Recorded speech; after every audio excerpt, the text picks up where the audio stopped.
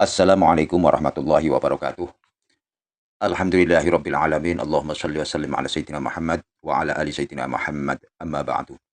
Pemirsa yang dirahmati Allah, syukur alhamdulillah. Salawat salam semoga selalu dan tercurahkan kepada junjungan kita Nabi Agung Muhammad sallallahu alaihi wasallam wa ala alihi washabihi ajmain. Pemirsa yang dirahmati Allah, marilah kita sama-sama ikuti dan kita dengarkan apa-apa yang akan disampaikan oleh Romo Kiai Haji Muhlason Rosyid, pengasuh Pondok Pesantren Jaya Baru, Bangsal, Mojokerto. Semoga apa yang disampaikan nanti bisa memberikan manfaat bagi kehidupan kita. Amin, amin ya robbal alamin. Apakah zikir sirul asrar sama dengan zikir ruh? Atau dijawarehkan? Sama. Ikut zikir yang harus dilakukan oleh jasmani. Wa man kana yarju liqa'a rabbih falyamal amalan sholihan. Barang siapa ruhaniyahnya itu ingin bertemu Allah, maka ruhaniyah harus melakukan zikir sirul asrar. Ruhaniyah harus melakukan perbuatan yang bagus. Yang dimaksud perbuatan bagus di sini adalah perbuatan di mana ruh itu sadar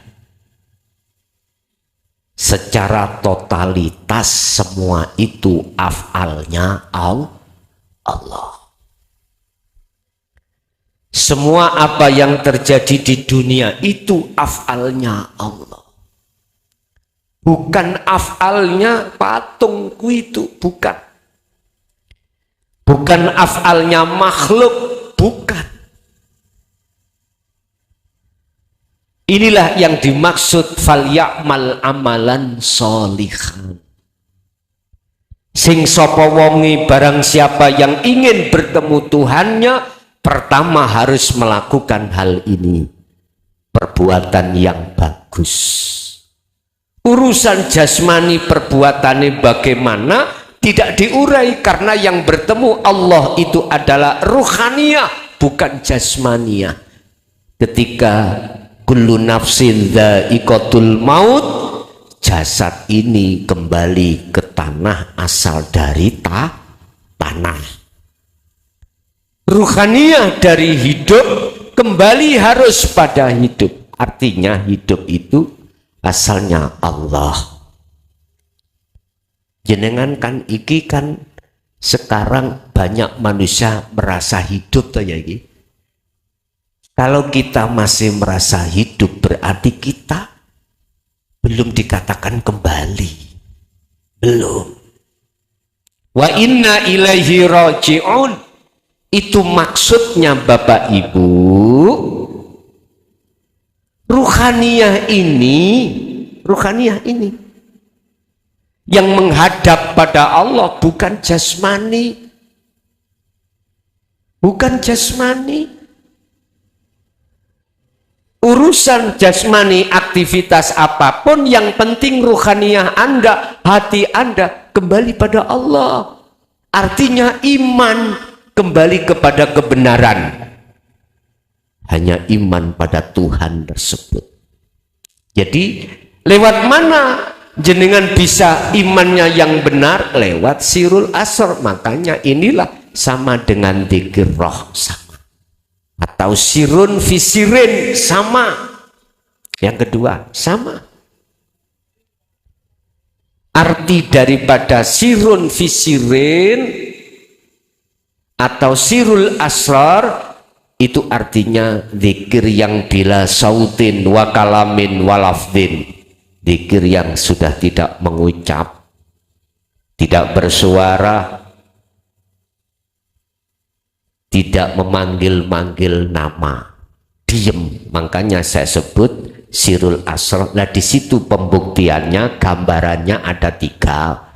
Tepat, su'aul basiroh, wa ainul basiroh, wa hakul basiroh. Merasakan, mengimankan kemudian melihat atau bertemu, yang ketiga menetapkan keakuannya Allah. Oh niki, itu 1 dan 2. Terus yang ketiga tadi es, ya es dengan air, es ya air, air ya es. Inilah proses nafi isbat. Artinya apa Pak? Inna lillahi wa inna ilaihi. Kita makhluk asalnya tidak ada. Adanya kita itu diadakan oleh yang ada. Bagaimana caranya? Itu kembali kepada ada yang sebenarnya. Otomatis kita harus kembali ke asal kita tidak ada. Ini namanya nafi. Hilangkanlah rasa keakuanmu yang berperan apapun, berperan sholat, berperan di luar sholat, contohnya menyanyi, memusik, mencangkul, apapun yang tadinya itu ada kita yang melakukan, nafikan. Nah ini, kalau ini sudah kita nafikan dari keakuan kita yang melakukan, maka isbat menetapkan di situ keakuan Allah. Kalau sudah di situ, maka tidak ada bedanya antara es dengan air. Es yo air, air yo es.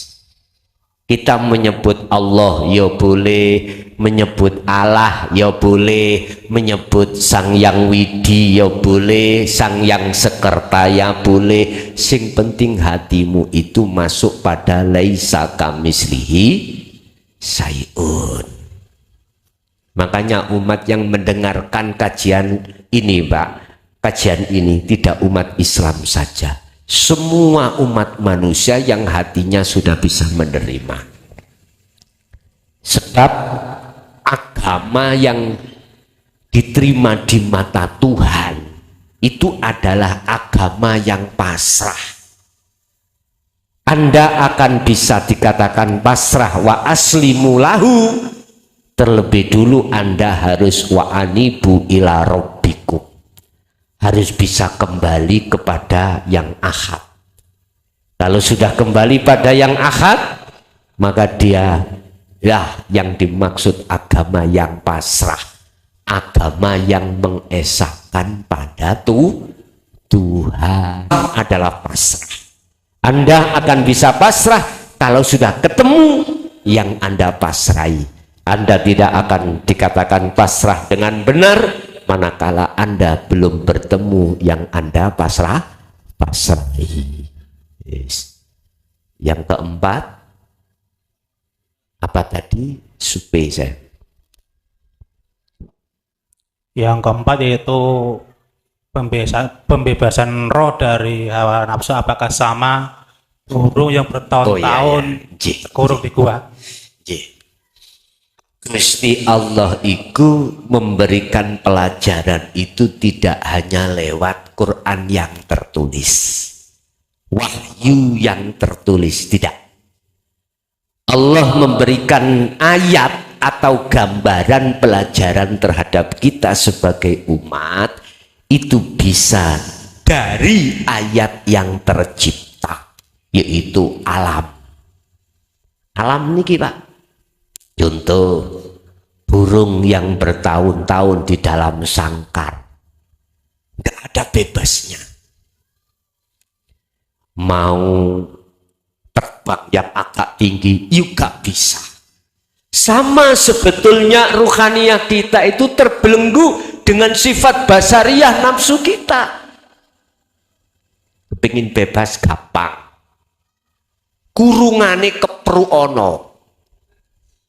Cek ini rusak baru manui terbang. Artine jasmania sampean iku kudu rusak.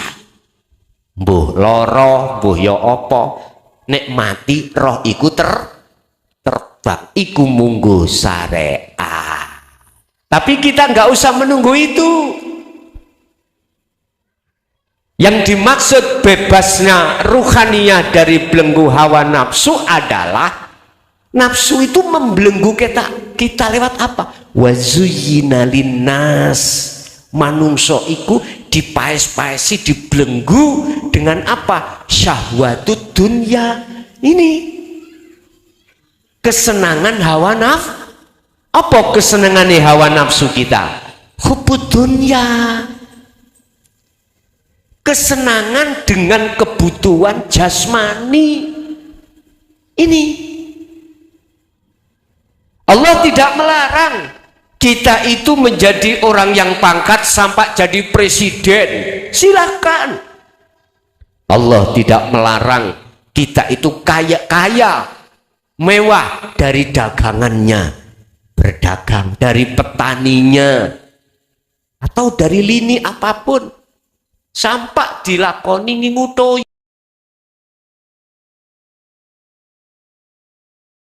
ngutoyul. Ada toh ngeten iki? Pesugihan. Ada yang sampai seperti itu. Silakan Anda mewah setinggi apapun, tapi satu hal yang harus kau ketahui, biar ruhaniyahmu itu tidak tersangkar, terbelenggu oleh nafsu. Apa? Yo, Anda harus kemana-mana pun membawa, mengasah dzikir sirul asrar. Contoh siapa? Syekh Abu Hasan As-Sadzili. Beliau dunianya mewah, Pak, mewah. Sehingga ada Thariqah As-Sadziliyah. Ya. Beliau orang kaya yang udah, Pak. Tapi mohon maaf, kekayaan itu tidak untuk dirinya, tetapi untuk umat, untuk kebutuhan umat. Lebih-lebih kebutuhan yang bernafaskan agama. Udah. Misalkan ngaji ini gak di salon ya, buatan gak ada. Wis, jok ngomong langsung meniti tekak norong set. Des. Iku contoh sabilillah. Contoh mawon sekecil itu. Abu Hasan As-Sadzili seperti itu. Apa yang menunjang tentang masalah umat, beliau tidak segan-segan untuk mengambilkan, karena beliau itu hanyalah dititipi Allah untuk menyalurkan. Itu namanya amanah. Innama amwalukum wa auladukum fitnah, ujian, amanah. Ini beliau. Kalau tidak hatinya terpatri, terdidik dengan sirul asrar sampai ke fana'ud dzikri ma'rifat Allah, nggak mungkin. Pasti hitungan. Pak D nyambut duit 1 juta, balik piro? Ya 1.200.000. Sebab yang dihutangkan itu bukan uang laki-laki, tapi uang perempuan. Akhirnya sok mana? Kadang mutu, ya tak? Tapi beliau kalau hatinya betul-betul terhadap Allah, boten mungkin. Kadang-kadang janji saulan sampai setahun gak isok balik no. Wis gak apa-apa, wis nggon, gak usah dibalik no. Sampai seperti itu. Wa may yattaqillaha yaj'al lahu makhrajan wa yarzuqhum min haitsu la yahtasib. Beliau memegang ayat ini. Iya. Dia sibuk membangun rumahnya ruhaniyah dengan bentuk takwa. Enggak mikir masalah hal itu. Tapi walaupun dia tidak mikir, apa yang dia butuhkan selalu ada. Itulah laba-laba. Gak mungkin ketika laba itu membuat rumah, turun dari rumahnya cari laler, nggak mungkin nggih. Laler teko dewe.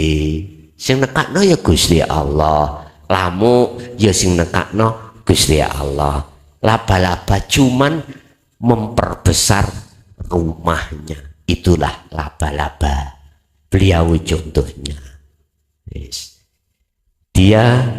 Kita ini di dunia sudah megang sirul asrar dan keluar dari belenggunya hawa nafsu. Bebas hati kita, bebas rohaniah kita.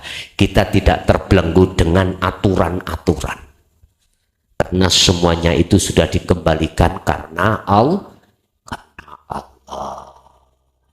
Jadi sama Pak, antaranya belenggunya nafsu terhadap rohaniah kita digambarkan Allah dikai pelajaran laksana burung yang terkurung dalam sangkar, dalam kurungan, nggak isoh bebas begitu. Terus yang terakhir, mengapa Allah kok memasukkan neraka bagi orang yang disesatkan? Gini Pak, kita ungkap asbabun nuzulnya dulu. Sebab-sebab ayat ini mengapa diturunkan. Allah akan memberikan petunjuk terhadap hamba yang dikehendaki.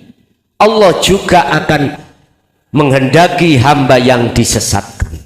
Ini ada asbabun nuzulnya, sebab-sebab turunnya ayat. Apa sebabnya? Sami'na wa atokna wa sami'na wa asoyna. Artinya apa? Ketika ajaran sudah digelar oleh Allah lewat utusannya yaitu Muhammad, di situ ada dua kelompok. Satu kelompok itu mau mendengarkan kemudian juga taat terhadap apa yang diajarkan baginda Rasul. Yang satunya kebalikannya, mendengarkan tapi dia mengingkarinya. Inilah sebab-sebab mengapa Allah menyesatkan hamba itu pada jalan yang disesatkan. Ini persoalannya. Akhirnya konsekuensi daripada kita sebagai hamba, mohon maaf, mengalami konsekuensi masing-masing. Berarti yang sami'na wa atokna, jalur kanan berarti wa min waraihim barzakhun ila yaumi yub'atsun. Dia itu tidak dimasukkan alam barzah tapi dimasukkan alam lahut. Ini alam yang padang. Tapi satunya, mohon maaf, jalur kiri akan dimasukkan barzah yang gelap. Sebab apa kok dia dimasukkan gelap? Sebab apa yang satu dimasukkan nggone alam yang padang? Jawabannya ada di surah Al-Baqarah ayat 257. Di situ ada dua golongan kanan dan kiri. Yang kanan, ketika saat di dunia, Allahu waliyul ladina amanu yukhrijuhum minal zulumati ilan nur. Karena dia ketika saat di dunia hatinya hanya Allah yang dijadikan iman, hanya Allah yang dijadikan sebagai kekasih, hanya Allah yang dijadikan sebagai penolong. Maka dengan begitu Allah akan mengeluarkan dari kegelapan menuju terang benderang. Beda yang nomor dua, walladzina kafaru awliya'uhumut taghut, menjadikan selain Allah sebagai imam, sebagai kekasih, sebagai penolong. Apa yang terjadi? Yukhrijunahum minan nur ila dzulumat. Kebalikan, dia akan masuk dalam barzah yang amat gelap. Ini mesti terjadi ketika saat secara fisik kita itu meninggalkan dunia. Sebetulnya sebelum meninggalkan sudah terjadi, Pak. Wis gini aja, gak usah ngomong orang lain, ngomong diri kita. Bagaimana hati kita saat menghadapi duniawiyah yang sangat global, ketika dalam hati belum mendapatkan ajaran dino tauhid. Ayo, piye hati sampean raosi? Gopoh. Diterak awak loro, arepe mati, gopoh. Diterak di dalam keluarga kekurangan ekonomi, gopoh. Bagaimana kondisi masa depan anakku besok? Bingung kita, bingung, karena belum ada pedoman. Iman hanya pada Allah. Kita masih mengandalkan iman kita semuanya karena uang, semuanya karena uang, karena uang. Selesai acara, selesai masalah. Imannya itu pada selain Allah, selain Allah. Contoh Pak, nyun sewu logika nih, ayo diangen-angen. Aku iki ngelak, terus ngombe banyu. Siji, hatiku mesti seger, ya. Ngelake ilang. Secara akal mungkin jenengan iki ngomong. Segere ilangi ngelak sebabit teko air. Lah gitu toh. Secara akal. Hati sampean akhirnya keseret ambek imane akal, akhirnya percaya hati sampean. Iya kok gak aku ngombe banyu yo gak seger, yo gak ilang ngelak. Tapi kita tidak sadar bahwasanya Allah katakan innahu bikulli syai'im muhit. Sesungguhnya zat hidup itu Allah meliputi atas segala apapun termasuk air. Jikalau di dalam air dan di luar air tidak ada Allah, gak mungkin air itu bisa mendatangkan seger. Itu yang tidak kita sadari, karena kita memang imannya belum ada di situ. Akhirnya gopoh kita itu kalau nggak teko segeri teko banyu. Nah niki ketika saat jenengan hati sudah mendapatkan iman yang sudah pada hidup, maka jenengan menghadapi problematika kehidupan dunia antep Pak. Gak gampang goyah, gak gampang gopoh, gak gampang khawatir dan lain sebagainya. Ini yang bisa kita rasakan dan bisa kita buktikan. Apalagi besok di akhirat secara syariat Allah katakan, sing sapa wonge tatkalane ning donya durung ketemu aku alias wuto, mongko di akhirat pun juga begitu alias peteng dedet, gelisah dan menakutkan. Di dalam surah Al-Isra ayat 72, mangkana fi hadhihi a'ma fahuwa fil akhirati a'ma wa adallu sabila. Ini Quran, percaya gak percaya sakarmu yes. Sing penting menyanyi yo. Sing penting jenengan pemusiko. Yang penting hatimu bersandarlah semuanya karena Allah. Yang Allah itu hidup di dalam dan di luar dirimu. Wal awwal wal akhiru wal dhahiru wal batin. Jadi nggih Bapak sama Pak minangka konsekuensi daripada yang disesatkan. Mengapa harus ada di neraka? Konsekuensi asbabun nuzule, sebab gak memperhatikan, gak mengindahkan seruane para utusan Allah. Seruane utusane Allah itu mulai Nabi Adam sampai Nabi Muhammad gini kita. Cuman syariatnya sing beda. Arahkanlah hatimu hanya pada hidup. Tinggalkanlah wastanibu tauhid, iman yang selain Allah, yaitu makhluk duniawiyah ini. Ini mulai dulu sampai sekarang begitu. Sama. Makanya mengapa gak berani mengatakan di tengah umum sing seperti ini? Takut disesatkan. Padahal inilah kebenaran. Satu saja contoh. Sholatmu tatkala belum masuk dalam didikan ini telek aneh isok khusyuk, nggak bisa. Walaupun kita itu disebut orang alim sekalipun, pondoknya ribuan bahkan miliatan santri ini, ketune wis gak ngene maneh, ngene barang wis tak isok kongkon sholat khusyuk karena tidak bisa bertemu Allah, terhalang oleh barzah. Ya ini terhalang, ini keakuan diri kita yang melakukan ini. Pun Bapak Ibu ada lagi, monggo ini ada lagi. Besok itu saya nggak kerjolos pokoknya aku. Ya, makasih Gus. In kuntum tuhibbunallaha fattabi'uni yuhibbukumullah wa yaghfir lakum dzunubakum wallahu ghafurur rahim. Selagi masih ada kesempatan umur kita di dunia ini, pasti Allah mengampuni dan memutuskan yang katanya pesugihan iku engko ana karmane nang anak. Lah gitu toh. Akan putus dengan cara jenengan iku mengikuti Rasulullah. Piye?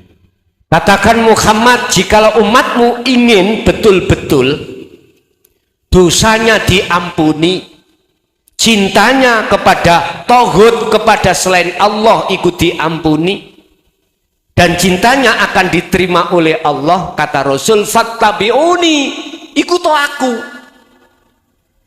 Ngikuti Rasulullah sing bagaimana? Ini loh Pak, ruhaniah jenengan masuk pada dinul haq.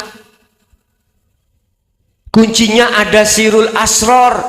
Jikalau Anda melakukan ini, maka terputuslah hubungan Anda dengan khotam-khotam yang ada di situ. Wa yaghfir lakum dzunubakum. Ini Quran. Dan diampuni semua kesalahan-kesalahanmu. Yuhibbukumullah, dan Anda dijadikan Allah sebagai kekasihnya. Loh, ini loh. Sebab apa? Sebab Anda telah melepaskan cinta rohaniahmu terhadap tauhid tadi. Ya. Bapak Ibu, nek pancen gak diputus Allah, aku sing tanggung jawab. Karena Quran, saya berani di sini. Quran itu adalah undang-undang yang paling tertinggi yang mungguh umat Islam, paling tinggi. Setelah itu as-sunnah, setelah itu ijma' qiyas. Saya memakai undang-undang yang tertinggi dalam surah Ali Imran ayat 31 tadi.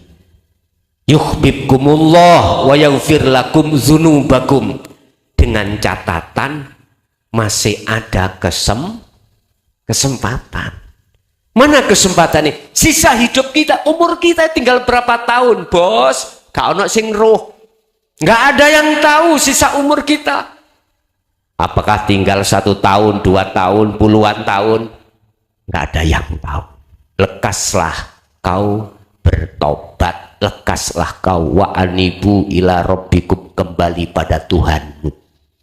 Jikalau kau betul-betul kembali kepada Tuhanmu, min qabli ayatiyakumul adab, sebelum datangnya kematian, summatun sorun, maka akan mendapatkan pertolong. Apa pertolongannya? Yaghfir lakum dzunubakum, dosa-dosa yang telah kau lakukan, baik tentang dosa jasmani, lebih-lebih tentang dosa rohani, menyekutukan Allah dengan tauhid, ini dihapus oleh Allah. Guys, ini jaminan Pak. Urusan kita mau dan tidak mau terserah kita masing-masing. Jadi sesuai dengan pertanyaan, pasti Allah mengampuni dengan catatan masih ada kesempatan. Sebab wallahu ghafurur rahim, Allah itu maha pengampun. Oke, ada lagi? Assalamualaikum Gus. Waalaikumsalam. Perkenalkan, saya Wilopo dari Wiradesa Gus. J.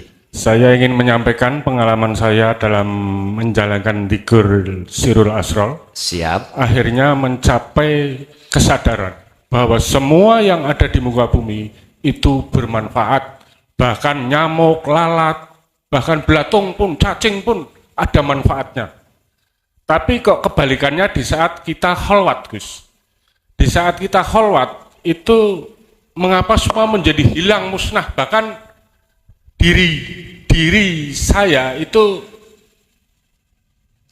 sadar tidak ada, menyadari kehilangan tidak ada.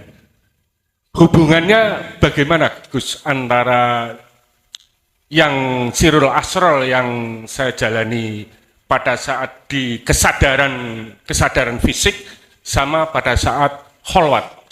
Matur nuwun Gus. Assalamualaikum warahmatullahi wabarakatuh. Waalaikumsalam warahmatullahi wabarakatuh. Menungso iku ada dua kelompok.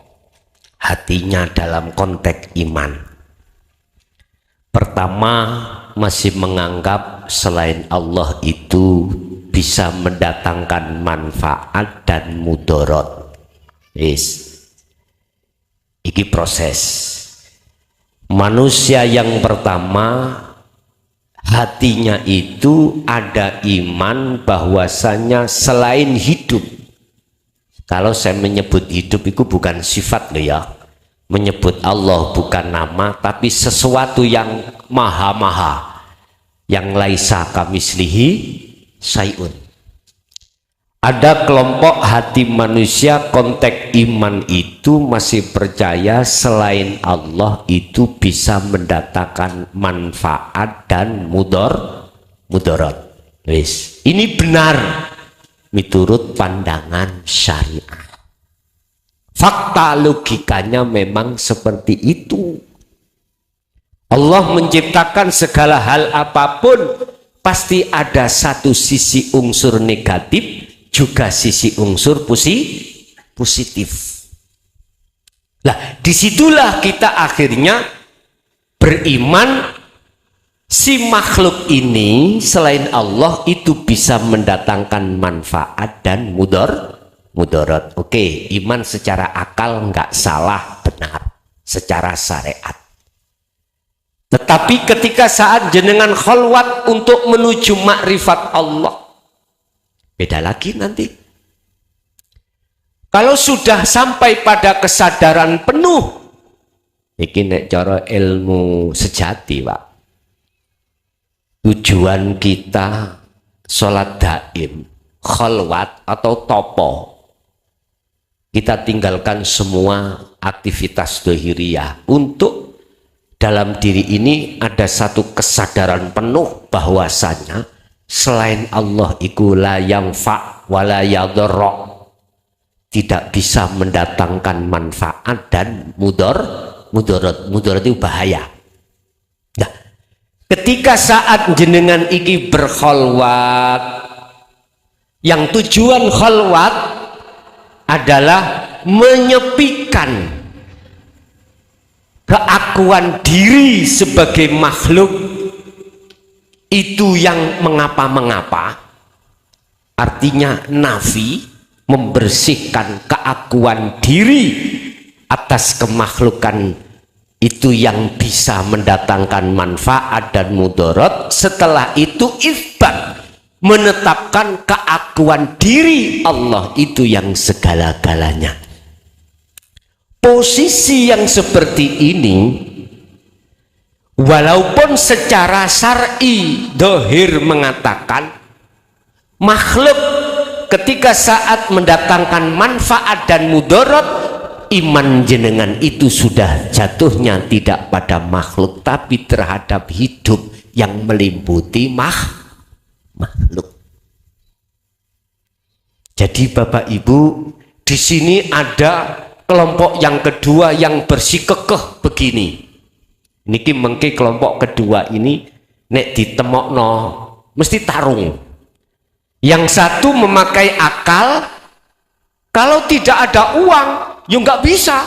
Mana imannya pada makhluk. Yang satu semua karena Allah, bukan karena uang. Itu bukan karena makhluk, tapi karena Allah hidup itu. Wis gelut Pak wong loro iki. Amriye mboten gelut, dinetral nih. Ngene lho, Cok. Nyun sewu. Apapun yang muncul pada makhluk, ya. Itu manakala tidak diizini Allah dilintasi, nggak akan pernah berbuat apa-apa. Apakah manfaat atau bahaya, tidak akan pernah bisa. Didasari innaka la tahdi man ahbabta walakinallaha yahdi may yasha. Memang koyoke sing aweh syafaat itu Muhammad. Memang koyoke yang memberikan hidayah petunjuk ajaran iku Muhammad. Tapi jikalau di situ tidak ada Allah dalam diri Muhammad, ya Muhammad itu tidak bisa apa? Ya seperti patung ngadeg nih loh, Pak. Nggak bisa bergerak apapun, nggak bisa. Isoi bergerak, ada yang menggerakkan, baru netral, Pak. Nek wonten mriki netral. Nah, diin itu duduknya di sini. Jadi merukunkan golongan kiri dan golongan kanan. Jadi memang begitu Pak faktanya. Ketika kita kholwat, kesadaran penuh, di situ iman hanya pada keakuan Allah atas segala-galanya. Cuman biar netral, yaitu tadi Allahnya yang aweh, dilewatkan si A, si B, si C, begitu. Karena ini di dunia artinya selama kita di dunia ini masih berada, jasad ini masih berfungsi, yo tetep si butuh mangan, butuh ngombe, nggih mboten? Tapi bukan perkara makanan dan minuman itu yang menghilangkan lapar dan dahaga, tapi sesungguhnya Allah yang meliputi itu yang menghilangkan.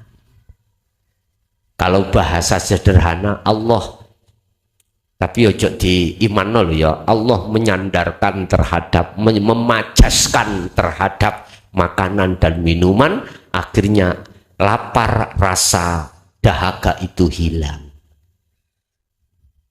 Paham nggih? Iman sampean cukup di dalam hati hanya karena hidup itu. Jadi dua kelompok ini akan tarung manakala bersikukuh masing-masing. Kelompok kiri itu benar menurut kacamata syariat, kelompok kanan benar menurut kacamata hakikat. Biar netral, wong loro iki ada di tengah-tengah. Bentuknya itu tadi innaka la tahdi man yasha. Bapak Ibu, koyok-koyok Muhammad itu dijadikan lintasan hidayah, petunjuk, syafaat terhadap umat. Tapi sejatinya yang memiliki syafaat itu hanyalah Allah. Surat Az-Zumar ayat 44. Katakan Muhammad kebenaran ini. Lillahi ku tetap kedue Allah opo asyafaatu utawi pertolongan jami'an kelawan sekabehane. Muhammad katakan sesungguhnya syafaat itu milik Allah, bukan milik Muhammad. Tak usah jauh-jauh Pak. Hari ini katakan he mukhlason, petunjuk bimbingan ikut teko aku, bukan milikmu. Loh itu loh, paham nggih? Jadi sampean keliru nek nyawang makhluke aku yang aweh bimbingan. Bukan. Sebetulnya itu Allah. Innahu bikulli syai'im muhit. Allah meliputi diriku. Dengan Allah itulah akhirnya muncul suara, muncul pembahasan dan lain sebagainya. Begitu Pak nggih? Ada lagi.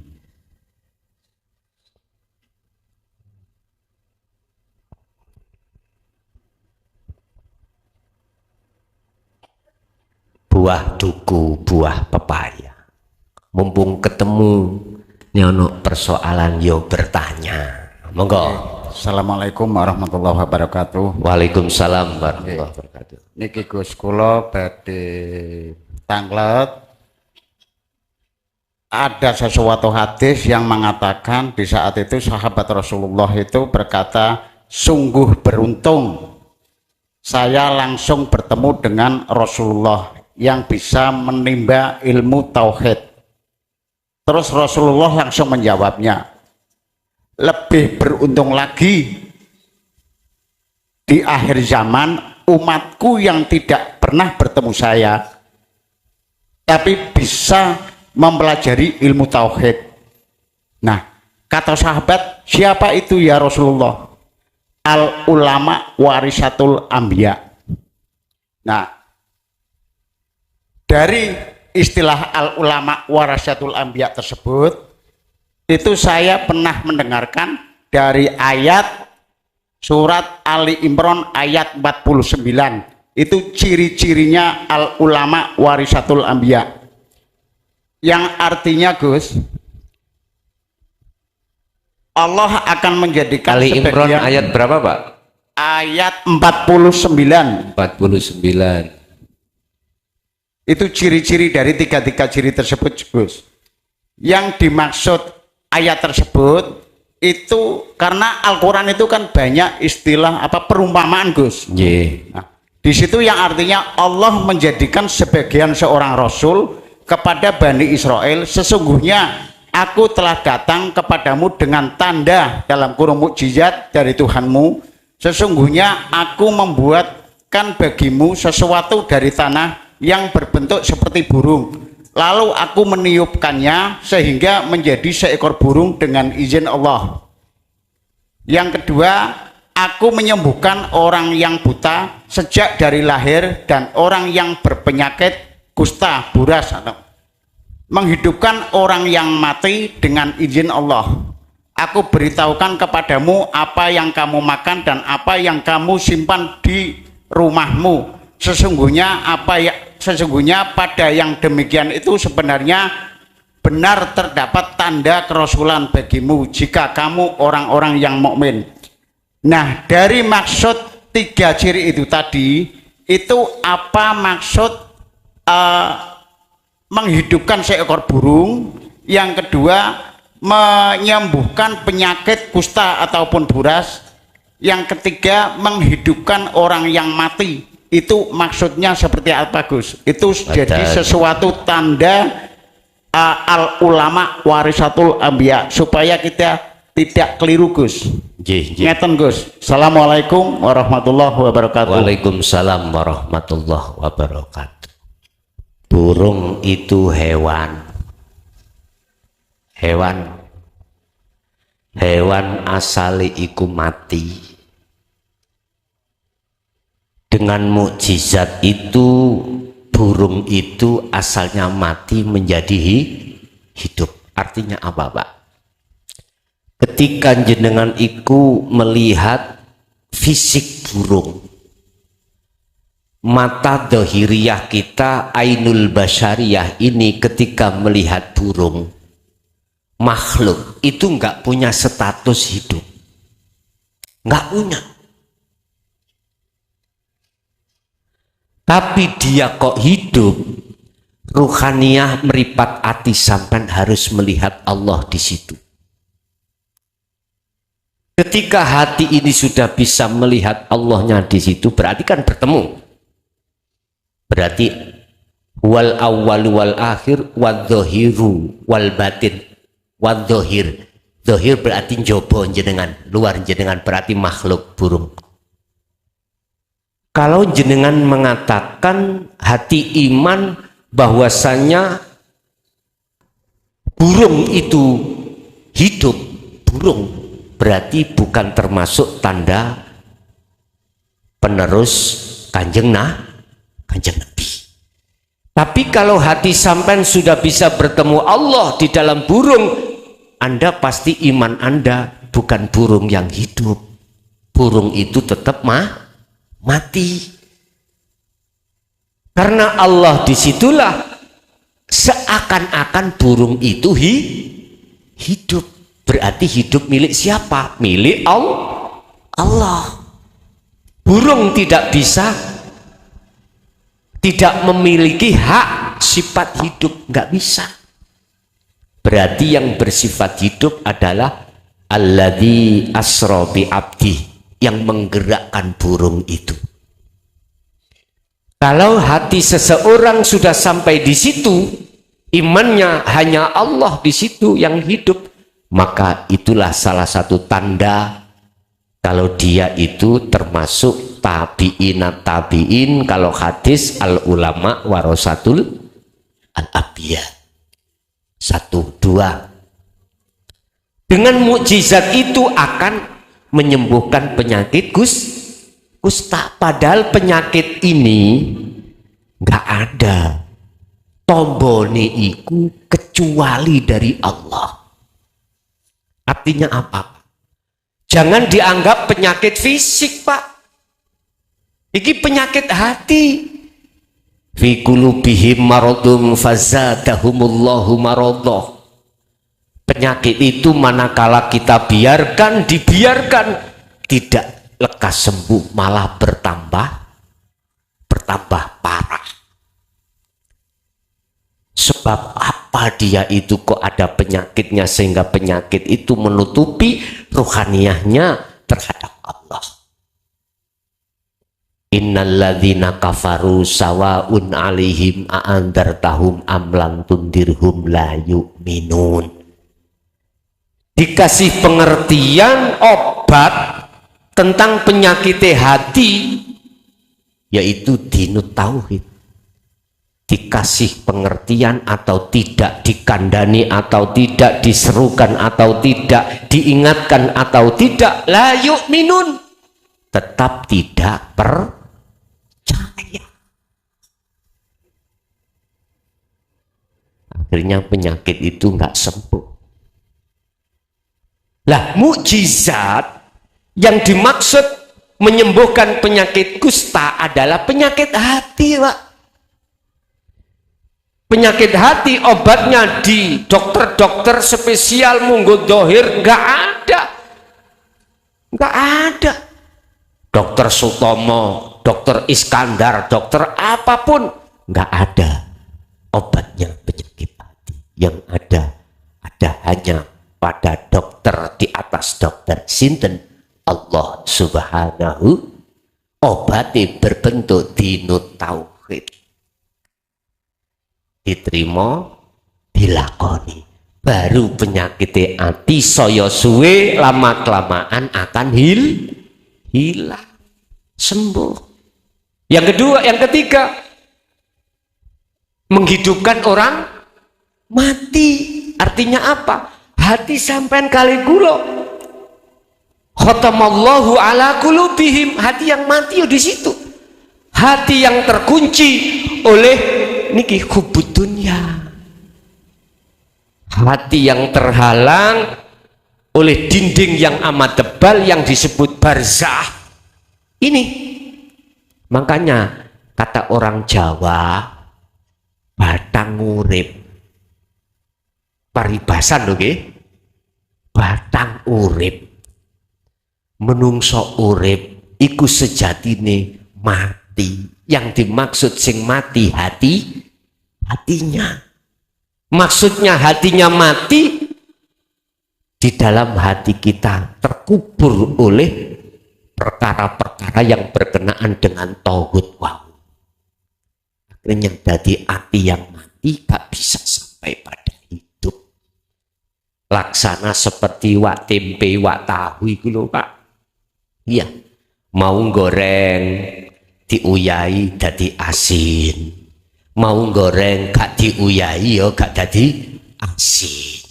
Beda dengan ikan yang di laut, diuyai koyo opo dengan air asin setiap detik bertahun-tahun tetap rasanya tidak asin. Artinya, Pak, hati yang mati ketika di dunia olehnya mati, terkubur oleh syahwat dunia, terpengaruh.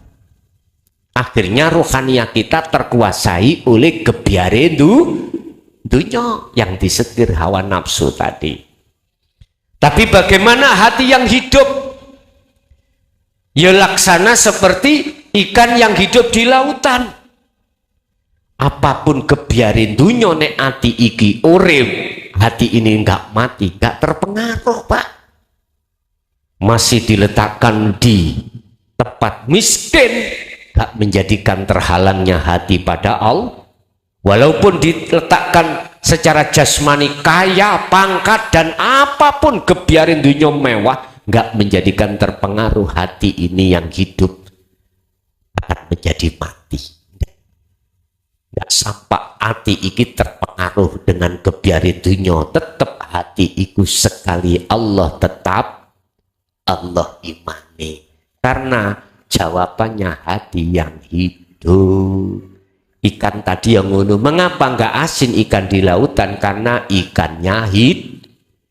Coba nek ikan mati, gak usah sak jam, 5 menit ae asin kabeh. Nah terus maksudnya menghidupkan orang yang mati apa? Hati yang asalnya mati itu dihidupkan dengan ilmu amal istiqomah, ilmu ajaran dinut tauhid, amal prakteke kholwat, istiqomah terus menerus, akhirnya jadilah hati yang hidup. Oke, itulah mukjizat Allah. Siapa yang tanda-tanda seperti itu ada di dalam diri beliau, maka dialah sebagai penerus kanjeng Nabi. Makanya gak mudah orang beriman. Apa yang ku sampaikan estu Pak, saya ngalami sendiri 23 tahun saya menyerukan ini. Kebanyakan lari, boten lari moro lo yo, lari ngalih. Makanya jangan heran kalau pengajian tentang dinut tauhid penggemarnya itu mung sedidik. Coba kalau ngajinya itu babakan jobone iku, apalagi sopo sing pengen utangin ndang mari, sopo sing pengen sugih, urusan lho sing teko Pak mbok, apa maneh kiyaine wis kondang, sa alun-alun gak muat ya. Tapi teko keterangane mulih yo ilang, mlebu kuping tengen metu kuping kiwa. Senengane apa? Nggih. Guyon-guyonan. Mangkane jeneng tak guyoni lewat iki. Ya gak jenuh. Kalau ya penak nyantai rokokan isok menikmati.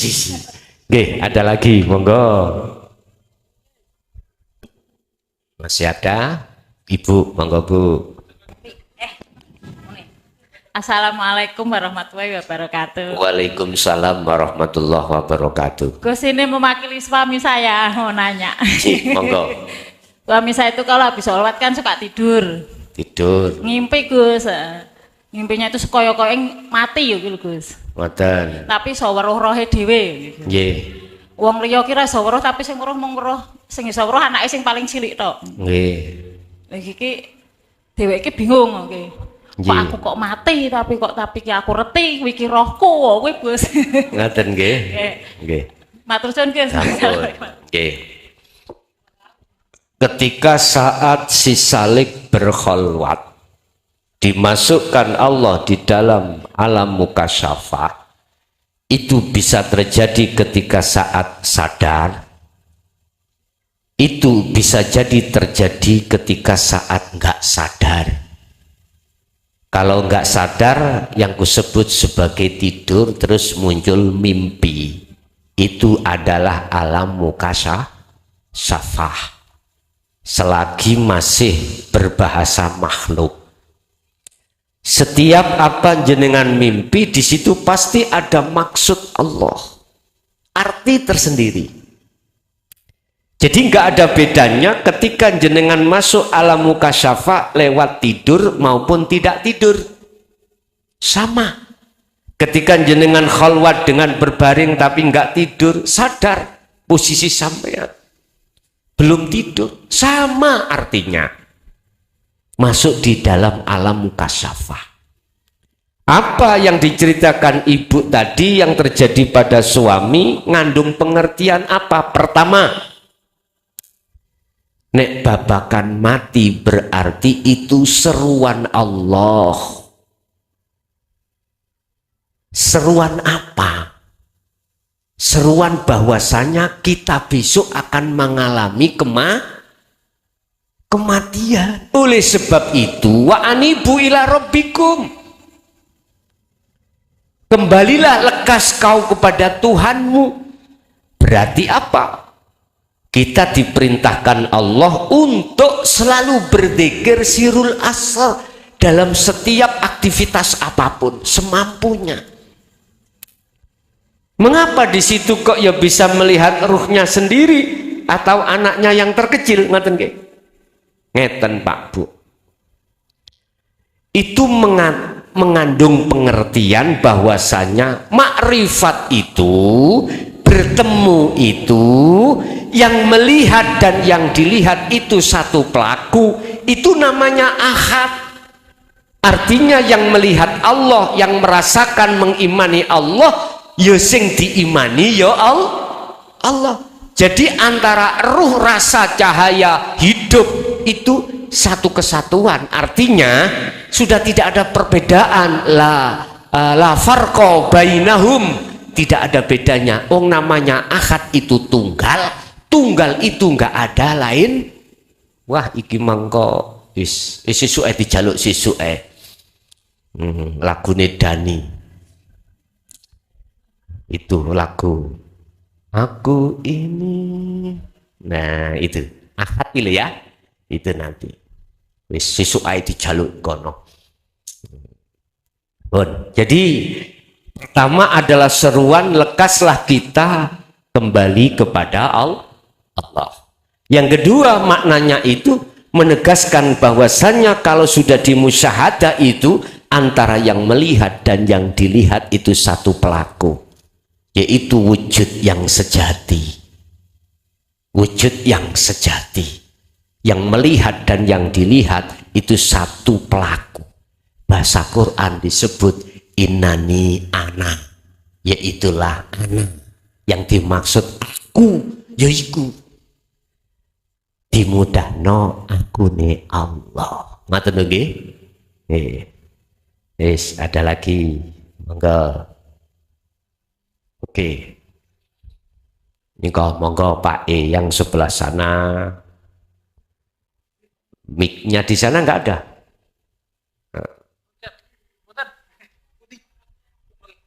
Ya di situ monggo. Mereka dereng mendapatkan mic ya. Ayo sing mendapatkan monggo. Assalamualaikum warahmatullahi wabarakatuh. Waalaikumsalam warahmatullahi wabarakatuh. Kalau namanya Abdul Hadi saking pojok akhirat. Pojok akhirat.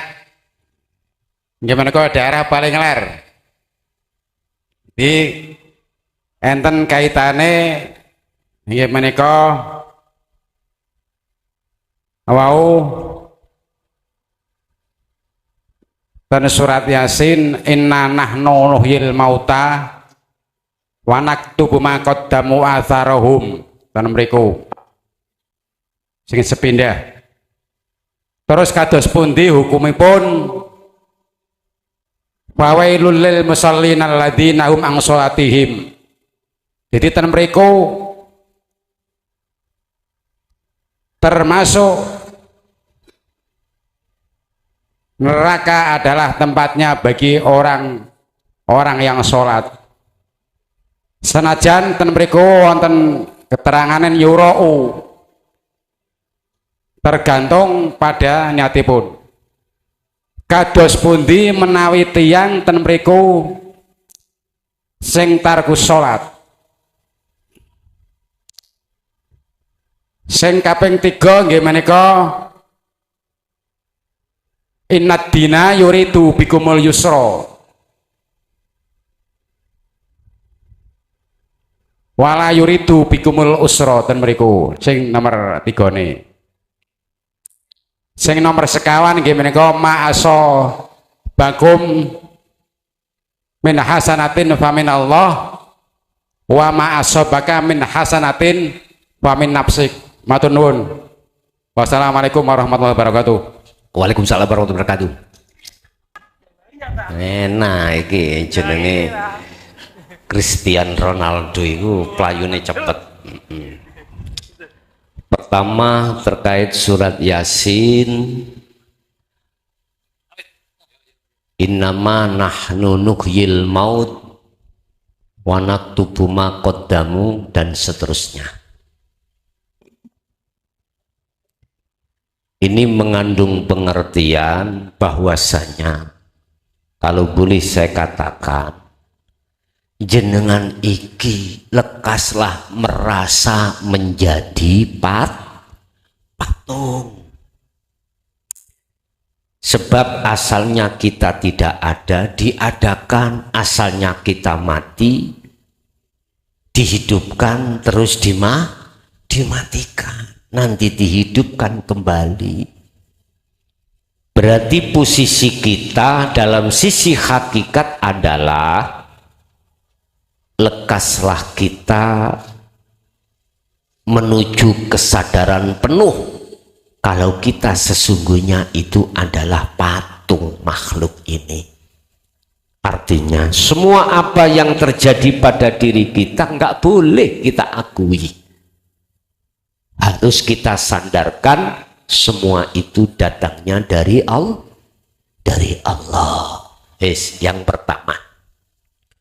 Untuk yang kedua apa tadi? Lupa mboten kula catet. Miki dibeto Pak.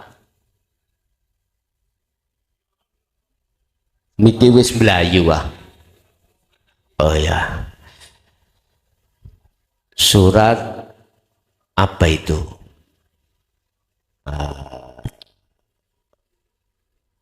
Surat Wel ya. Fawailul lil musallina alladzina hum an sholatihim sahun. Bagaimana orang yang tarkus sholah? Iki Pak. Saya mandangnya itu dua sudut pandang jawaban ini. Sahun di situ, lalai di situ, maksudnya kacamata syariat itu ini. Ketika waktu itu sudah datang, contoh waktu duhur datang. Oleh karena kita repot urusan ini, urusan ngunu, nengati dibisiin kok ae dhisik, rekno marikan dulu, selesaikan sudahi dulu pekerjaanmu. Oke, kita menganut bisikan dalam hati. Kita selesaikan pekerjaan kita atau perbuatan itu sampai habis waktu. Ini yang dimaksud lalai di situ miturut kacamata syariat. Akhirnya duhurnya hilang. Tapi kalau saya memandang dari kacamata hakikat malah lebih ke dalam lagi. Walaupun kau sudah melakukan duhur tepat waktu, tapi hatimu lalai dari Allah. Artinya lalai, nggak sadar kalau berdirimu, rukukmu, sujudmu, dudukmu itu hanya karena Allah yang menggerakkan. Akhirnya hati kita sadare iku rumongso diri kita yang bisa melakukan. Ujung-ujungnya kita akan mengakui sholat itu sholat kita. Ini lalai. Inilah yang dimaksud sahun. Sehingga apa imbasnya? Mutu akibat jenengan sholat seperti itu nggak ada, membekas dalam hati. Nggak ada. Ini maksudnya sahun. Jadi yang maksudnya lalai di situ hati, bukan jasmani. Hati kita. Ketika saat sholat hati kita lalai pada Allah yang menggerakkan di situ. Apalagi di luar aktivitas tambah muda nemen. Karena kita belum masuk di dalam dinut tauhid Bapak Ibu. Udah. Pertanyaan di situ, bagaimana mereka yang tarkus sholat? Apa sih maknanya tarkus sholat itu? Tarku meninggalkan sholat ing sholat. Aku yakin pertanyaan Bapak itu tadi adalah tarkus sholat fi waktiha, di dalam waktu yang diwajibkan. Meninggalkan sholat 5 waktu itu loh, sing dimaksud mesti ngonten. Nyun sewu. Kalau yang dimaksud meninggalkan secara fisik sholat 5 waktu, Terus diri jenengan ini maksudnya gak ngaku-ngaku. Gak ngaku-ngaku kalau diri jenengan. Dikarenakan posisi sampean itu ada di Majedubun. Ya nggak bisa dihukumi, Pak. Nggak bisa dihukumi. Bagaimana jenengan iku bisa menghukumi wong gendeng? Orang gendeng lah nggak bisa dihukumi toh. Majedub itu mboten saged. Tapi wajib orang makrifat itu meninggalkan sholat itu wajib. Maksudnya wajib gimana? Meninggalkan ngaku-ngaku dirinya yang sholat itu loh, wajib. Bukan sholat itu yang bukan. Meninggalkan ngaku-ngaku kalau dirinya yang sholat itu wajib bagi orang-orang yang sudah makrifat dateng Gusti. Paham no mboten jenengan? Oke, engko tafsirane engko gak paham, wis gak usah nang masjid. Keliru sampean. Wajib ninggalno ngaku-ngaku kalau dirinya yang sholat. Walaupun jasmaniye iku nglakoni salat. Lho ngoten lho. Wong makrifat iku ana loro. Ana sing wasilun, ana sing majedubun. Sing majedubun ya mesti secara fisik tinggalkan. Tapi bagaimana kita bisa menghukumi? Syariat tidak bisa menghukumi. Kalau dia salah nggak bisa. Kecuali wasilun lah, beda mana. Nek wasilun gak mungkin dia itu tinggalkan, gak mungkin secara fisik tinggalkan, gak cuman secara rohaniah dia tinggalkan, gak ngaku kalau dirinya yang melaku. Paham ya? Oke, itu sing nomor 2. Sing nomor 3 aku lali. Nopo? Sampai 4 kok prasaku mau dia. Monggo Pak. Sing tanya yo lali.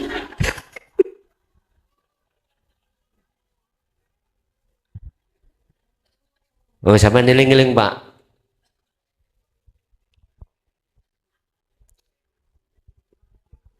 Innatina yuridu bikumul yusra.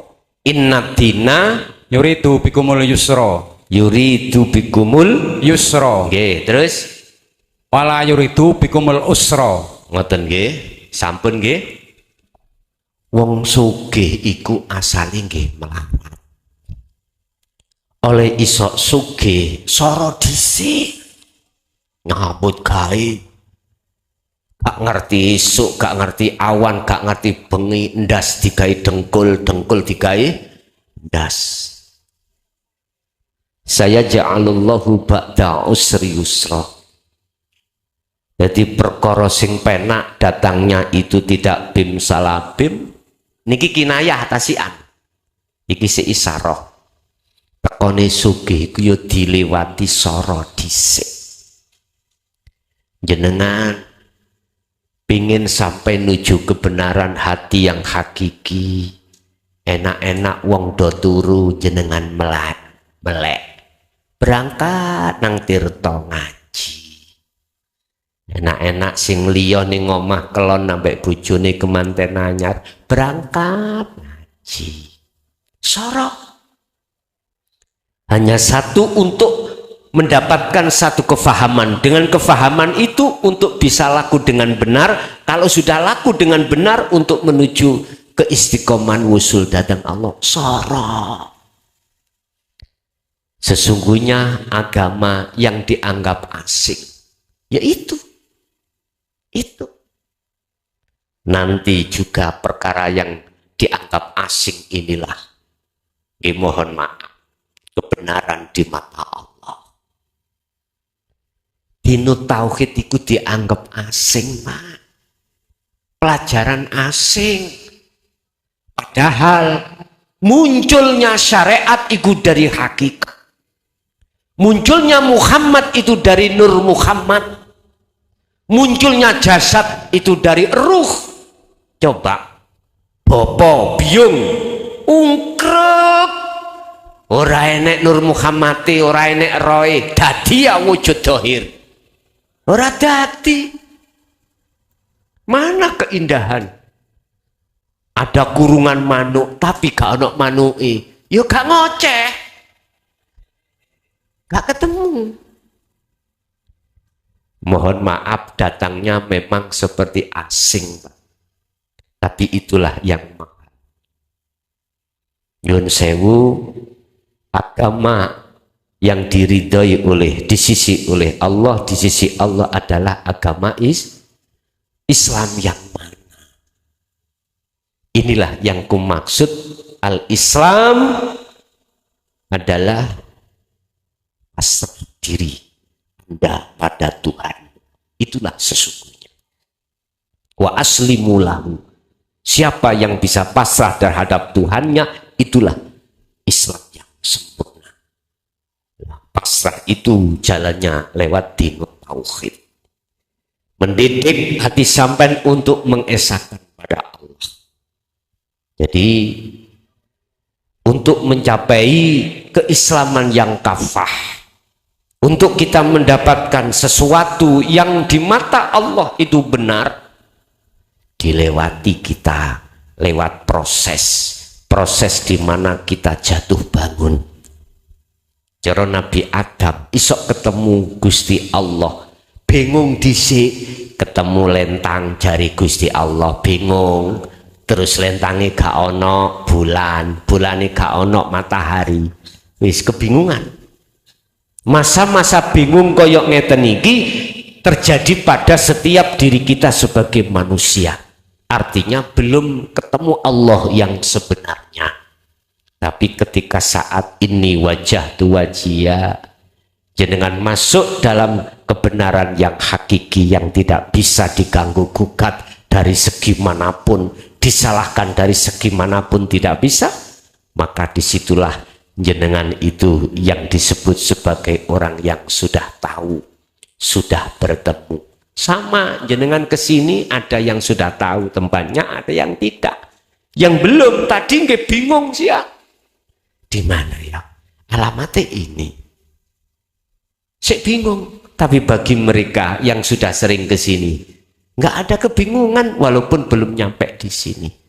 Tapi ketika saat bingung sampean ikut sampean, alami terus menerus, maka jatuhlah kalau sudah di sini nggak ada bingung.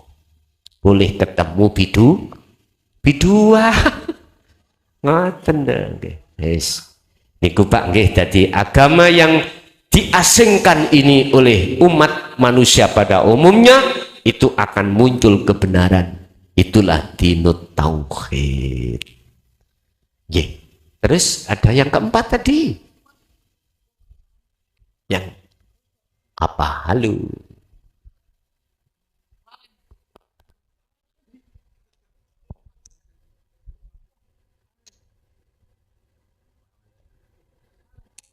Perasaku 4. Oh ya, nanti diselingi yang lainnya. Barangkali ada.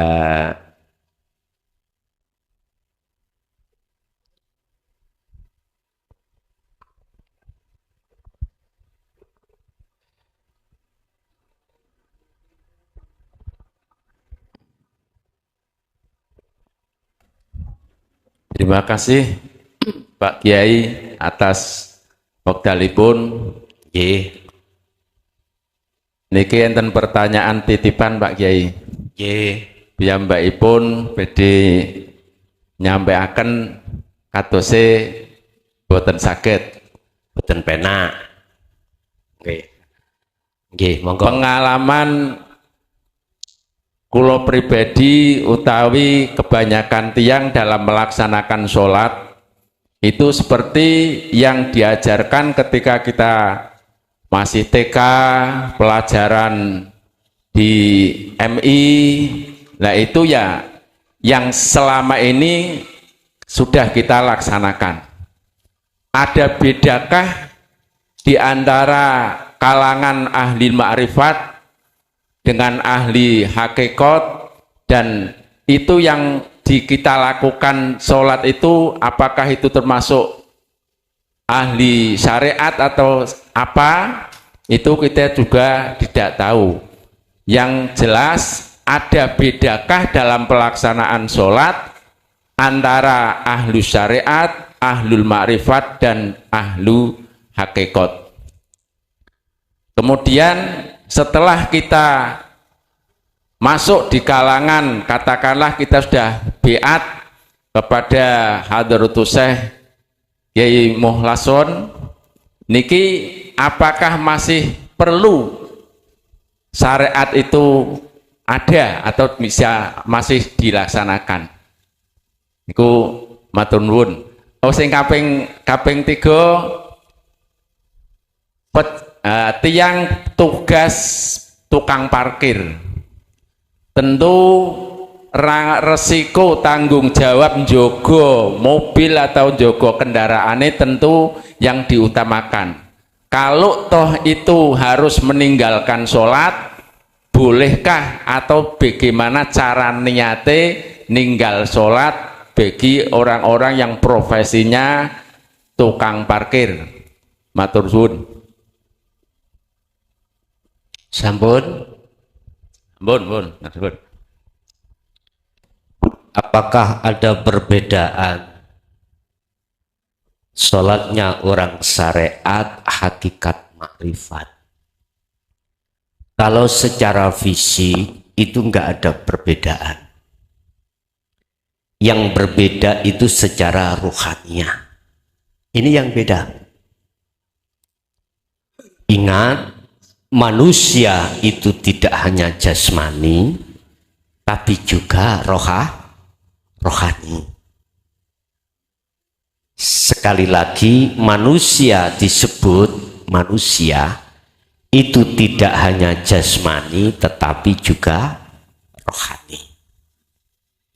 Berkenaan dengan masalah sholat, Allah sudah katakan di dalam surah Al-Baqarah ayat 238.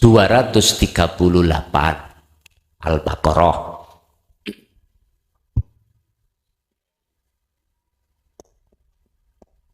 238 terkait sholatnya orang syariat, orang hakikat, dan makrifat. Hafidu dong reksa sira kabeh jagalah alas sholawati ay al maktubah, sholat 5 waktu. Berarti maksudnya sholat 5 waktu duhur, asar, maghrib, isya, subuh. Ini dilakukan jasmani. Baik orang syariat, orang torikoh, orang hakikat, makrifat, sing wasilun, memang secara fisik nggak ada perbedaan. Kalau duhur papat, ya papat. Kalau asar papat, ya asar papat, ya papat, hitungan jasmani. Berhubung pertanyaannya apakah ada perbedaan? Ada dari sisi ruhaniyah. Wis diakoni opo enggak? Jujur opo munafik kita? Ketika kita masih ada di kondisi kelas syariah, siapapun kita, ruhaniyah kita itu tidak menghadap terhadap Allah. Nggak bisa. Karena terbelenggu oleh nafsu, akhirnya gak bisa menghadiri panggilan Allah untuk bertemu Allah. Sama, saya ada di Mojokerto, saya dirantai oleh Pak Lurah, gak bisa hari ini ke Pekalongan, gak bisa selama belum dilepas rantainya. Makanya jangan heran kita itu selalu ingat apa kebiasaan kita. Kebiasaan kita ya tatkala ngutangi duit mana ya eling mana bahkan saeling putune bisa. Seperti itulah kita.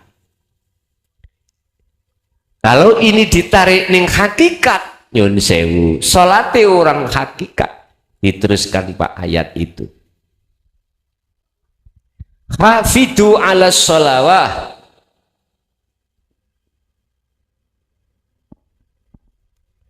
Yang kedua wassolatil wusta.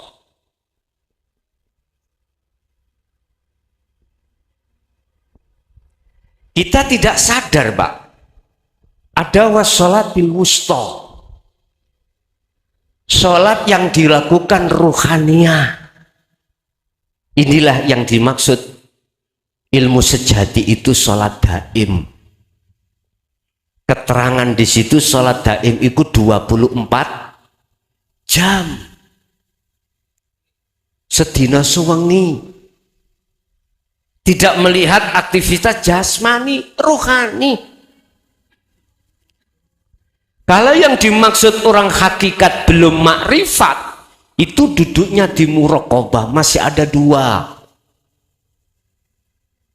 Ketika saat dia itu sholat, ruhaniyahnya itu masih merasa dirinya olehnya bisa berdiri rukuk sujud, itu karena ada Allah yang menggerakkan, mendirikan, merukukkan, mensujudkan. Masih ada dua, ada yang digerakkan, ada yang menggerakkan. Iki orang hakikat yang masih ada di muraqabah,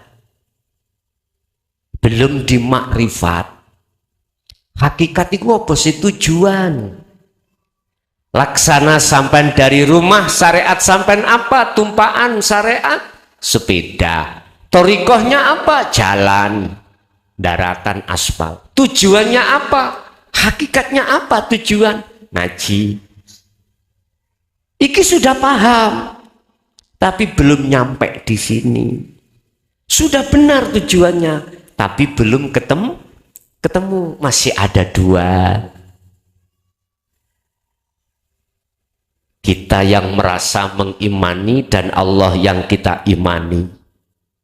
Kita yang digerakkan, Allah yang menggerakkan. Muraqabah. Dan ini prosesnya Pak, memang prosesnya. Sedangkan sholatnya ahli makrifat sudah sampai di sini, bagaimana? Beda lagi. Waktu sholat, keakuan diri yang digerakkan sudah tidak ada. Keakuan yang menggerakkan yaitu Allah sudah tidak ada. Yang ada adalah innani anallah la ilaha illa ana. Sesungguhnya aku itu adalah Allah dan tidak ada Tuhan yang wajib kau sembah kecuali aku. Fa'budni, oleh sebab itu sembahlah aku, wa aqimis sholah, tegakkanlah sholah, lidzikri semata-mata untuk ingat padaku. Berarti munculnya orang yang makrifat waktu sholat hatinya akunya Allah. Beda. Yang membedakan itu ruhaniyah Pak. Kalau jasmaniyah sama. Tapi perlu diingat, orang yang hakikat saat berjalan di muraqabah menuju musyahadah makrifat, terkadang dohiri sholate ya keliru kabeh. Duhur 4 dadi 10. Artinya kita lupa tentang hitungan rakaat. Karena asyiknya Anda bermuhadasah, berbicara dengan Allah, akhirnya lalai hitungan rakaat. Jangan heran, tapi umpama ngoten aku pesen mung situ, ojo dadi imam. Nek nang masjid musola jangan jadi imam. Nanti sing bingung iku makmume. Subhanallah, balak-balik makmume ngoten. Nah, sampai kadung asyik dengan Allah, wis ibu kita dia makmum babalah 10 awakmu dewi ngoten. Lu jangan heran apakah ini salah? Enggak, iki proses jenengan memang. Enggak apa-apa. Bon. Inilah wassolatil wusta, salat yang ada kaitannya dengan roh. Ruh jenengan. Salatil ruh iku 24 jam. Urusan aktivitas jasad iki apapun monggo, terserah. Tapi ruhania sampean iku di situ ini wajah hiya, inilah Pak yang disebut salat daim ilal musallin alladzina hum fi salatihim dangimun, salat sing langgeng.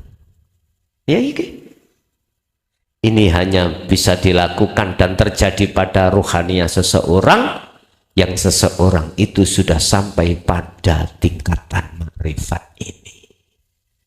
Jadi waktu nise yo sholat ruhaniyai, ngombe yo ruhaniyai sholat. Jelas no ruhaniyai, ojo ngomong ini, aku masih nising yo sholat. Wah, orang yang syariat kita itu gak paham. Sebab definisi sholat miturut syariat awalu takbir wa akhiru salam, bisalam, diawali takbir dipungkasi salam. Lah sholat secara ruhaniyah apa? Ya ini anibudullaha wajtanibut taghut, bentuk ini wajah tu wajiyah ada di sini. Wes, selanjutnya perlukah orang yang seperti itu tinggalkan syariat? Si jenengan selagi ning donya si butuh mangan enggak? Lah mangan itu syariat. Ngombe iku ngelmu, ngombe iku syariat. Lah nama makan, nama minum, nama aktivitas apapun, mulai sholat atau apapun, iku nama itu toriko. Lah hakikatnya tujuanmu mangan lapo, tujuanmu ngombe lapo. Beda wong syariat dengan wong makrifat, beda. Wong syariat mangan yo ngilangi dahak, ngombe mangan ngilangi dahak walik, mangan ngilangi lapar, ngombe ngilangi nyambut gawe golek nah. Beda wong ahli makrifat, beda. Apa? Liyak budun, hanya menyembah. Iku bahasanya ruhaniyah. Hakikatnya tujuannya adalah bertemu Allah. Lah Allah di situ. Fa aina ma tuwallu fa thamma wajhullah. Dimanapun kau menghadap, mengarah, di situlah ada wajah Allah. Artinya apapun aktivitas yang terjadi pada dirimu, di situ ada Allah. Lah ahli makrifat iku madhep nang Allah. Akhirnya nggak ada unsur duniawiyah di situ secara rohania. Ikulah wassolatil wusta. Akhirnya terusnya wakumu, tegakkan lillahi karena Allah, qanitin khali khusuk. Lakukan ini dengan khusyuk, dengan lakukan terus menerus istiqomah hal ini dengan khusyuk. Lah ini bisa dilakukan apabila rohaniyahmu yo ikut salat. Pertanyaannya, apakah perlu ninggal syariat? Nek sing dimaksud syariat ini ruhaniyah tinggalkan wajib, karena ruhaniyah harus lepas dari syariat. Nek jasmaniyah enggak iso, sebab ruhaniyah jenengan sudah lepas dari kurungan, ketemu dengan Allah. Nek jasmaniyah boten saged, tidak bisa. Lah makan itu ya syariat, minum ya syariat, kerja ya syariat. Berhubung jenengan sistem wasilun, tarku syariah iku batesi ono ruhaniyah jenengan. Harus tinggalkan togut niki, wastanibu togut. Karena Anda sudah terlepas dari togut, ketemu Allah. Contoh tak kasih tahu paribasane, jenengan tadi syariati kesini sepedahan, ya toh? Torikoi jalan, hakikatnya tujuannya jenengan ngaji. Kalau sudah sampai di sini, ini makrifat, syariatmu manganti sepedai. Mosok mlebu ini lah, mboten toh? Diparkir. Itu artinya ruhaniyahmu itu kalau yang dimaksud tinggal syariat wajib. Karena sudah dimakrifat. Wajib. Kalau jasmaniyahmu, mohon maaf, gak bisa. Karena apa? Karena jasmaniyahmu masih ada tanggungan kewajiban di dunia. Ada kewajiban di dunia.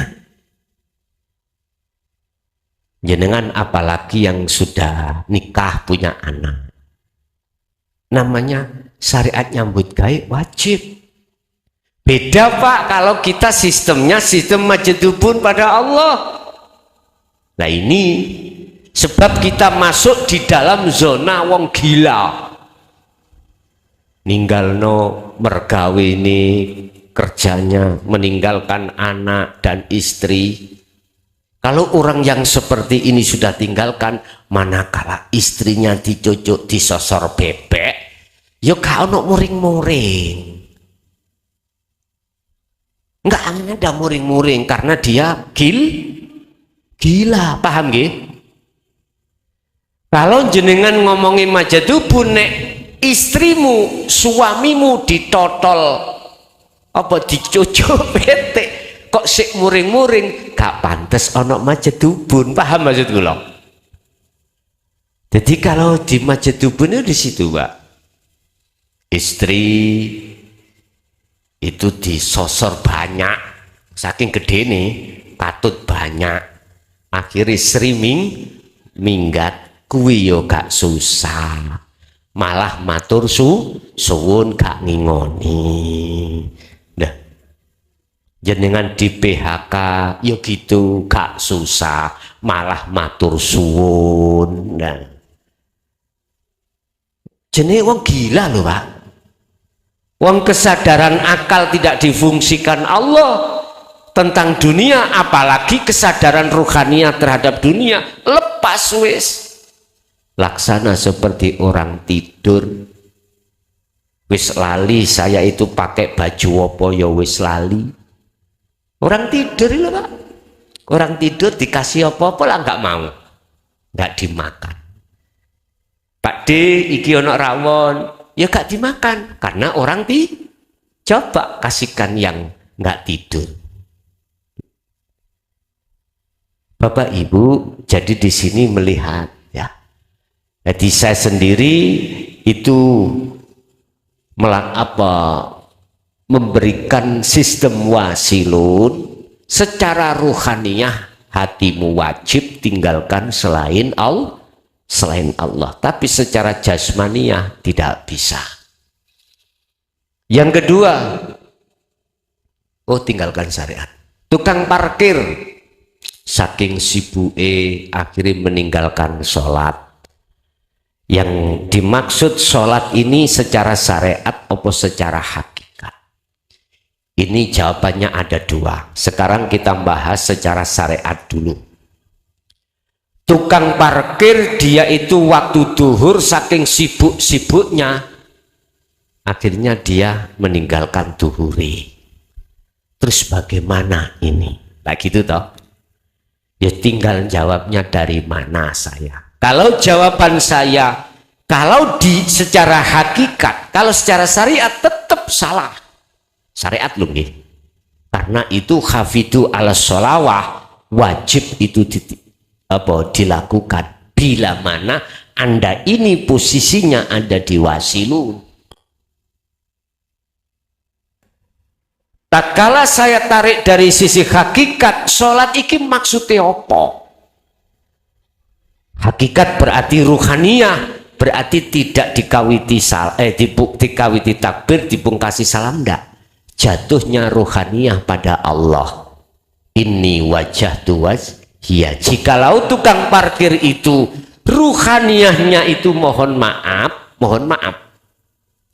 dia itu selalu menghadapkan wajah ruhaniyah pada Allah di dalam pekerjaan parkir itu, sehingga dia sudah tidak mengakui dirinya yang melakukan, tetapi akunya Allah. Beda lagi niki pembahasannya, Pak. Tidak bisa kita salahkan ketika dia tinggalkan sholat, karena dia itu posisi dalam keadaan majedub. Tidak bisa kita salahkan, kecuali dia posisi di situ keadaan wasil.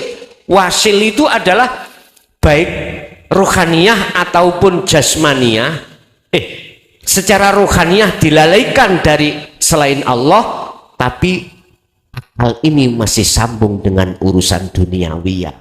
Beda, mesti dheweke akan melakukan sholat secara syariat. Ruhaniyah apalagi dia terus melakukan sholat secara hakikat. Tergantung kita pada saat itu, si tukang parkir dijadapkan, dimajedubkan Allah atau diwasilkan Allah pada saat itu. Tinggal posisinya dia. Bisa jadi sekarang dimajedubkan, nanti asar wasilunkan. Itu urusan Allah. Bisa jadi hal itu terjadi seperti itu. Jadi majedub itu tidak hanya 24 jam. Kadang dimajedubno, kadang diwasilno. Lihat posisi jenengan. Tanda kalau sampai diwasilunkan, akal sampai iki masih bisa berfungsi dengan urusan-urusan selain Gusti, tapi hati tidak bisa. Hati hanya illa liya'budun, hati hanya ini wajah tuaj wajia, selalu mengarahkan hatinya pada hidup di dalam maupun di luar dirinya. Berarti tarkus sholah anggene ing miturut wong tukang parkir itu di mana? Kalau diletakkan di majedub nggak bisa kita salahkan. Kalau diletakkan wasilun pasti dia juga akan melakukan. Nggak mungkin dia itu menjalankan. Nggak mungkin dia tinggalkan.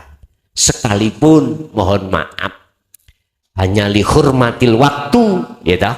Oleh karena memang dia itu menunggu parkir tanggung jawabnya gede, dihormatil waktu dia lakukan. Dihormatil waktu itu sakit sampai melaku.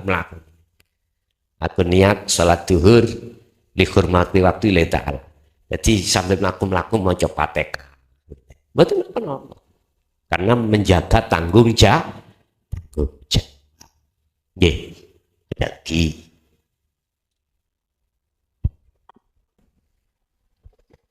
Assalamualaikum Gus. Waalaikumsalam. Nama saya Anton Gus dari Tangkil Tengah, Kedunguni, Pekalongan Gus.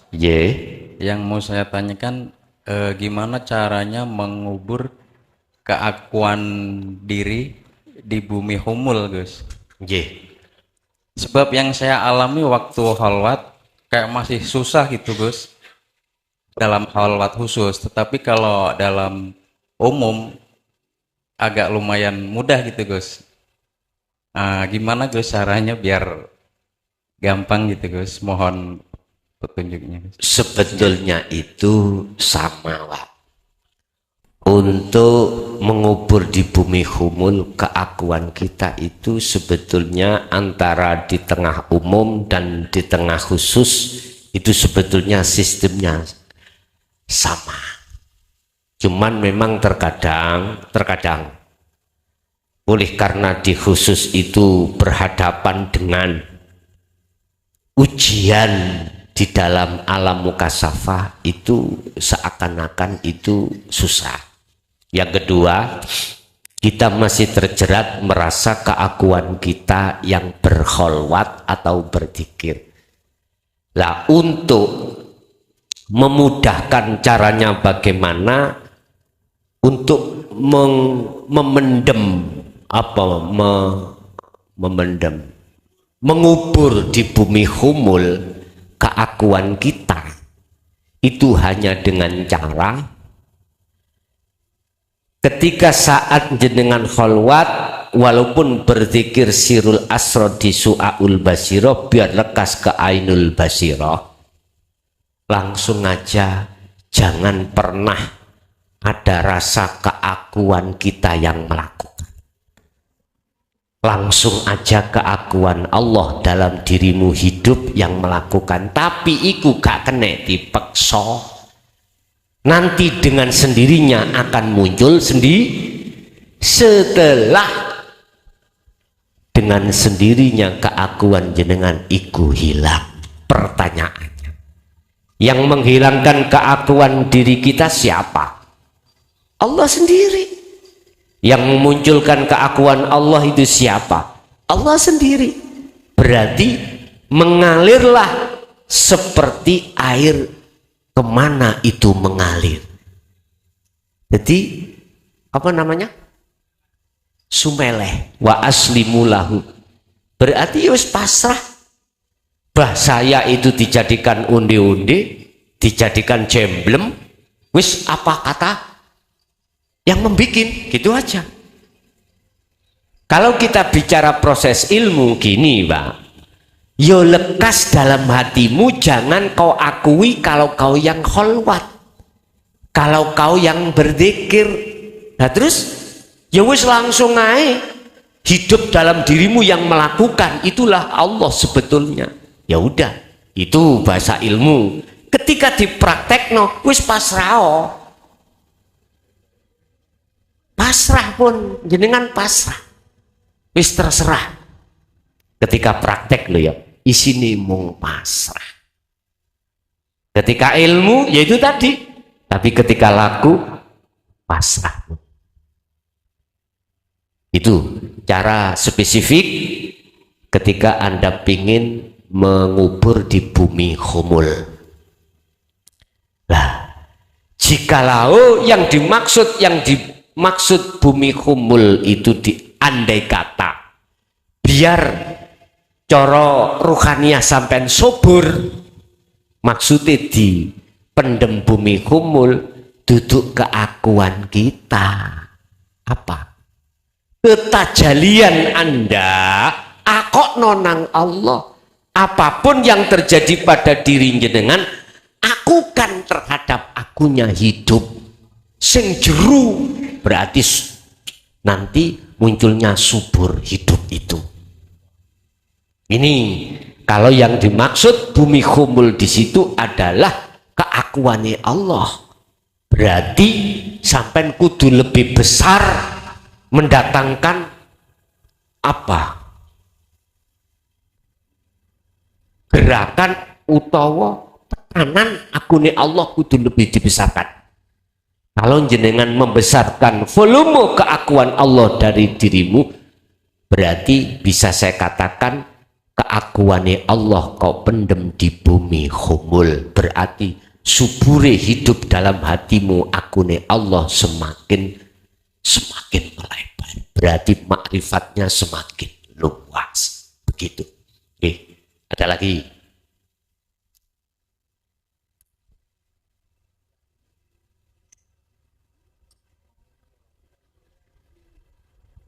Sapun masih ada? Cukup. Bapak Ibu hadirin jamaah rahimakumullah, apa yang kita dapatkan dari Allah baik secara Al-Quran maupun syair-syair tadi, hati kita harus beriman dengan benar kalau itu datangnya dari Allah. Jikalau hati ini sudah beriman kalau datangnya dari Allah, pasti ilmu itu akan membuahkan hasil menjadi ilmu yang bermanfaat. Jikalau ini jenengan amalkan, mesti akan ngeloberi terhadap keluarga, meloberi terhadap anak putu kita, atas kemanfaatannya, akan kebenarannya, atau atas kebarokahannya ila yaumiddin. Lahumul Fatihah.